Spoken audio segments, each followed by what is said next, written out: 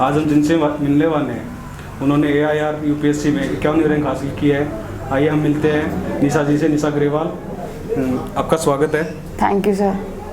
तो मैम आपसे हम सबसे पहले बार ये जानना चाहते हैं कि आपको इंस्पिरेशन कहाँ से मिली इस चीज़ के बारे में, UPSC के बारे में?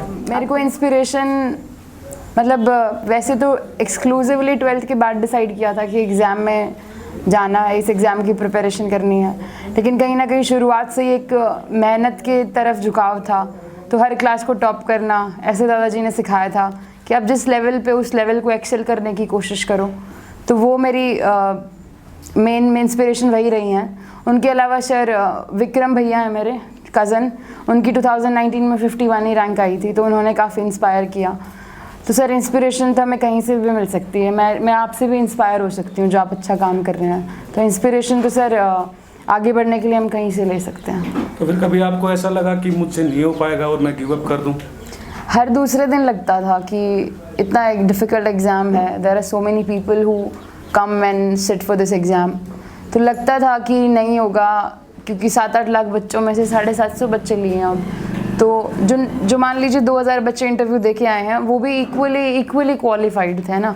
But this exam is all about how do we sustain our self, how do we dedicate our self to this process. और परसेवरेंस और पेशेंस इस एग्ज़ाम की बहुत बेसिक प्रिंसिपल्स हैं कि आप हमेशा अपनी मेहनत पर विश्वास रख के आगे बढ़ते रहिए। सच्चाई से आप शिद्दत से मेहनत करेंगे तो डेफिनेटली रिजल्ट मिलेगा। तो जो आपको पॉजिटिविटी मिली, जो आपको एक पॉजिटिव एनर्जी मिली, वो उसमें आप सबसे ज़्यादा सहयोग किसका मानते हैं? सर मैं अपने भाइयों का भी बहुत सहयोग मानती हूँ। मेरे छोटे भाई हैं जो मुझे बहुत पॉजिटिव रखते थे। मैं जब भी नेगेटिव होती थी तो मैं अपने गांव आ जाती थी, जैसे कि आज आई वापस अपने आशीर्वाद लेने बुज़ुर्गों से। खेतों में चली जाती थी मैं, जहाँ पे शुद्ध हवा है हमारी।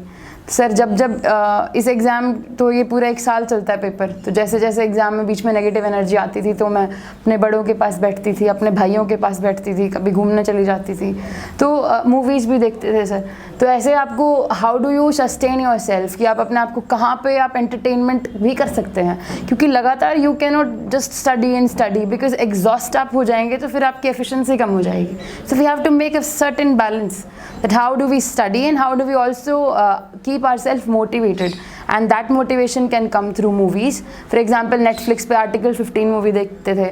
तो ऐसे बहुत अच्छी मूवीज़ हैं जिनसे आपको इंस्पिरेशन भी मिलती है और आप एंटरटेनमेंट भी कर सकते हैं। तो we have to make a balance. It's not like we have to just devote ourselves to just books and be seated all year all the time, not like that.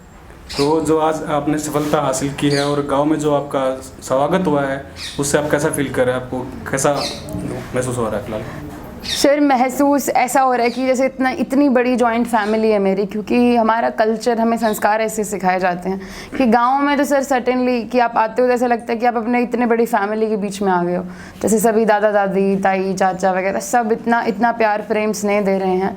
Sir बहुत अच्छा लग रहा है। मुझे नहीं पता था इतना ट्रांसफॉर्मेटिव एक्सपीरियंस होगा। So it is a good experience overall. So being a girl और गांव देहात से बिलोंग करने के बावजूद आपको किन चीज़ों का फेस करना पड़ा लाइफ में? स्ट्रगल कैसी रही इस चीज़ के बारे में आपकी? सर मैं उसको स्ट्रगल या चैलेंजेस नहीं बोलूँगी, मतलब everybody situated in certain social conditions. कैसे वो कहाँ पे सिचुएटेड हैं, उनकी अलग कंडीशंस होती हैं। तो कोई थोड़ा प्रिविलेज्ड होता है, कोई नॉर्मल बैकग्राउंड से आता है। मैं भी सामान्य परिवार से ही आती हूँ। मेरे फादर बिजली विभाग में कार्यरत हैं, मेरे ग्रैंडफादर मैथ्स टीचर थे। तो सर ऐसा कुछ नहीं है कि हम, मान लो एक किसान परिवार की बेटी भी ऑफिसर बन सकती है। कोई ऐसा सिद्धांत नहीं होता कि ऑफिसर की बेटी ही ऑफिसर बनेगी, ऑफिसर का बेटा ही ऑफिसर बनेगा। आप शिद्दत से मेहनत करेंगे, आप अपने आप से सच्चाई से मेहनत करेंगे तो आप कर सकते हैं। तो हमें जैसे लड़कियों के लिए अगर मैं स्पेसिफिकली बोलूँ तो अभी है थोड़ा ये सोशल माइंडसेट कि लड़की को अगले घर भेजना है तो इनमें इतना इन्वेस्टमेंट नहीं करते, या उनकी हेल्थ के ऊपर इतना ध्यान नहीं दिया जाता। तो ये सभी चीज़ें धीरे धीरे बदलाव हो रही हैं। हमारी जो सरकार की मुहिम है बेटी बचाओ बेटी पढ़ाओ, कि धीरे धीरे इक्वल अपॉर्चुनिटी दे रहे हैं। आप स्पोर्ट्स में देखिए कितने सारे मेडल्स हमारी लड़कियां लेके आती हैं। तो हमें बस उन्हें अपॉर्चुनिटी देनी है, and the sky is limit for them afterwards. तो चौधरी बंसीलाल यूनिवर्सिटी द्वारा यूपीएससी कोचिंग स्टार्ट की गई थी जी, उसमें आपका कैसा एक्सपीरियंस रहा और बाकी यूनिवर्सिटी के लिए आपका क्या सोचना है कि उनको भी ऐसी पहल करनी चाहिए? एक्चुअली सर CBLU से मैं HCS की उन्होंने शुरुआत की थी। सरदार पटेल ऐसे सेंटर है जो कॉम्पिटिटिव एग्जाम्स की तैयारी कराते हैं। So it's a very good initiative considering because lot of people cannot afford the expensive coachings in Delhi and metro cities. तो ये यूनिवर्सिटी का इनिशिएटिव बहुत अच्छा है सर गांव के बच्चों के लिए, जो और उन बच्चों के लिए जो इसी लेवल से तैयारी शुरू कर सकते हैं। अच्छे टीचर्स उन्होंने प्रोवाइड करे, अच्छे मॉक टेस्ट उन्होंने प्रोवाइड करे और अच्छी उन्होंने क्लासेस दी। तो मैंने HCS के लिए मैंने क्लासेस उनकी रेगुलरली ली थी बिकॉज सर मैंने जैसे आपको बोला इस एग्ज़ाम में कुछ सर्टेन नहीं होता ना हम, but again those who have qualified all the best and those who could not all the very best to them as well because they have to ace themselves even better. तो जो आप आज के time में युवाओं के लिए role model बन चुके हैं, तो युवाओं के लिए आपका कोई संदेश? जी सर, रोल मॉडल्स तो मैं तो अपने आप को रोल मॉडल नहीं मानती। रोल मॉडल तो भगत सिंह हैं, विवेकानंद जी हैं। एक बच्चे के ऊपर आप प्रेशर मत डालिए ना कि जो आज 10th में है, जो 12th में है, कि आप उसका भी बोल दें कि you have to be the officer, उसको देखो। ऐसे कंपैरिजन कभी नहीं करना हमने। जो बच्चा जो जिस फील्ड में जाना चाहता है उसको उस फील्ड में सपोर्ट करिए। और युवाओं के लिए बस यही कहना चाहूँगी कि कभी भी आपको चैलेंजेस से नहीं घबराना।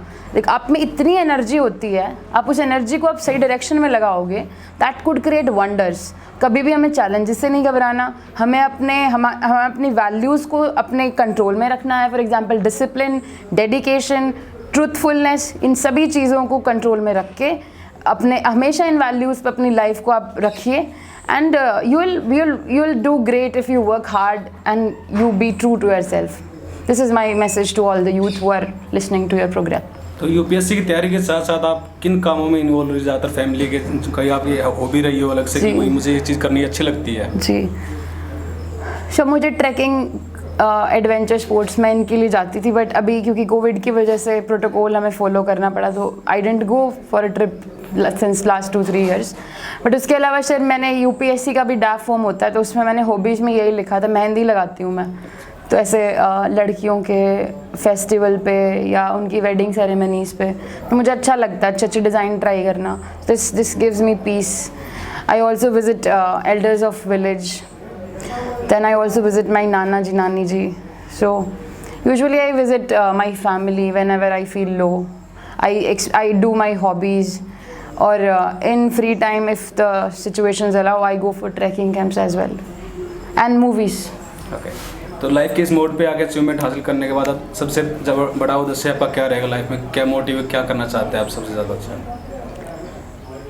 सर, अभी ट्रेनिंग होगी तो ट्रेनिंग में अच्छे से वहाँ पे हम कैसे सीखेंगे, तो this is going to be another stage of life. अभी तक एक लाइफ अभी तक रही एज अ स्टूडेंट। नाउ जो हमने सीखा है, जो हमने किताबों से पढ़ा है, उसको धरातल पर उतारने का समय आ गया है। तो will try to do our best in the next stage of life as well. तो ऐसा कुछ नहीं है कि आप बस ट्राई करते रहिए, आगे बढ़ते रहिए और जिस फील्ड में आप जाना चाहते हैं उस फील्ड में आप अपने चमकते रहिए। हम बात करते हैं वुमेन एम्पावरमेंट की। जी, आप एक एग्जाम्पल है फिलहाल उस चीज़ के लिए। जी, तो उस चीज़ के बारे में आपका कुछ? जी, तो मैं मिरांडा हाउस कॉलेज में पढ़ी हूँ। 12th के बाद मेरा वहाँ पे एडमिशन हो गया था। So that college told me this basic pillar of Atmanirbhar Bharat to a very great extent. कि women empowerment is the basic foundation of any great nation. Because sir, a woman is somebody who does not just एक family को नहीं है, वो बहुत सारी families को influence करती हैं। फिर उनकी फाइनेंशियल इंडिपेंडेंस बहुत ज़रूरी है, वो खुद को बहुत एम्पावर्ड फील करती हैं। उनकी एजुकेशन पे हमें एक्सक्लूसिव फोकस रखना है, उनकी हेल्थ को हमें बहुत एक्सक्लूसिव फोकस रखना है। और sir woman there is no work जो एक औरत ना कर पाए और एक आदमी कर जाए। तो जब प्रकृति ने नहीं कोई डिफ्रेंशिएशन करा, बल्कि वुमन तो ज़्यादा एम्पावर्ड है उस सेंस में, तो जब प्रकृति ने ही डिफ्रेंशिएशन नहीं करा, then who are we to do that, right? So I just have one message for all the parents, all the grandparents and all the brothers who are listening and all the sisters as well, कि we have to support our girls, we have to give them opportunity to move ahead। Sir ये चीज़ धीरे धीरे बदल रही है, लोगों की सोच बदल रही है कि इतनी सारी फील्ड आ रही हैं। इवन हमारे स्पोर्ट्स फील्ड में इतना अच्छा कर रही हैं लड़कियां, अखाड़े खुल रहे हैं हरियाणा में बहुत सारी लड़कियों के लिए। तो ऐसे मीडिया में बहुत जा रही हैं लड़कियां, स्पोर्ट्स में जा रही हैं, प्राइवेट सेक्टर में जा रही हैं। So there is no field जो लड़कियों के लिए नहीं है। बॉयज़ आर्मी में एनडीए कर दिया अभी तो लड़कियों के लिए ओपन। सिर्फ बात इक्वालिटी की नहीं है, बात है कि आप उनको इक्वल अपॉर्चुनिटी दें, इक्विटी दें, अपॉर्चुनिटी दें। इंक्लूसिवनेस बहुत ज़रूरी है किसी भी सोसाइटी को डेवलप करने के लिए। तो आज हम बात कर रहे थे निशा जी से, निशा ग्रेवाल, जिन्होंने 51वां रैंक हासिल किया है यूपीएससी में। धन्यवाद। कैमरामैन नवदीप के साथ नवीन कुमार।